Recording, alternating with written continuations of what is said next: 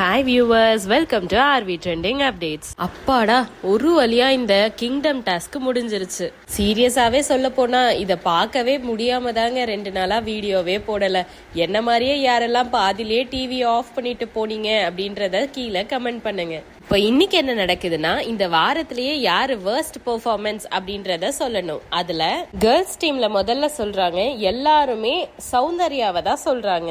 அவங்களுக்கு கொடுக்கப்பட்ட கதாபாத்திரத்தை இன்னும் சிறப்பாவே செஞ்சிருக்கலான்னு எல்லாரும் சொல்றாங்க.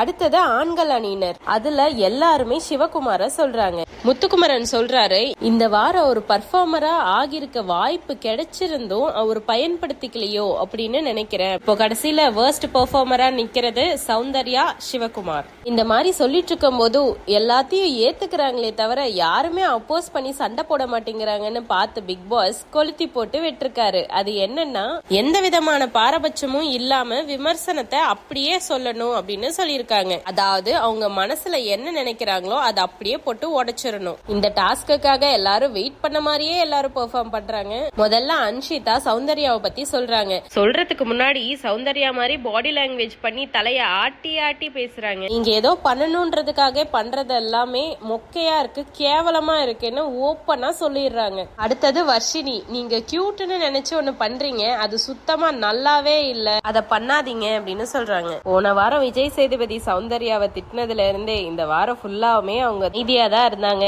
அடுத்தது சிவகுமார் பத்தி ஆனந்தி சொல்றாங்க. சிவாவை பாப்பாயா பார்க்க முடிஞ்சது, பல்வேறு கதாபாத்திரமா பார்க்க முடிஞ்சது, ஆனா சிவாவா பார்க்க முடியல அப்படின்னு சொல்றாங்க. அடுத்ததான் நம்ம பேச போறதுதான் இந்த ப்ரோமோல வந்ததுலயே ரொம்பவே வேர்ஸ்டான டைலாக்னு நான் நினைக்கிறேன். தர்ஷிகா சொல்றாங்க, ரோஷோன்றது உங்க டிக்ஷனரியில எங்க இருக்குன்னே தெரியல, எங்க வீட்டு உப்பையும் சேர்த்து தரேன், அதையும் சேர்த்துக்கோங்க அப்படின்னு சொல்றாங்க. தர்ஷிகா இப்படி பேசுனது ரொம்பவே தப்பு. இவங்க என்ன நினைச்சிட்டு இந்த மாதிரி வார்த்தையெல்லாம் விடுறாங்கன்னு தெரியல. இவங்க என்ன பண்ணாங்க இந்த வாரம்?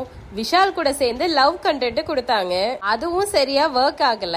இவ்ளோ பெரிய ஷோல யோசிச்சு பேசாம அவங்க பாட்டுக்கு ஒரு வார்த்தையை விட்டு பேசுறாங்க. இத பத்தி விஜய் சேதுபதி கேட்காமையா இருப்பாரு வீக்கெண்ட் எபிசோட்ல?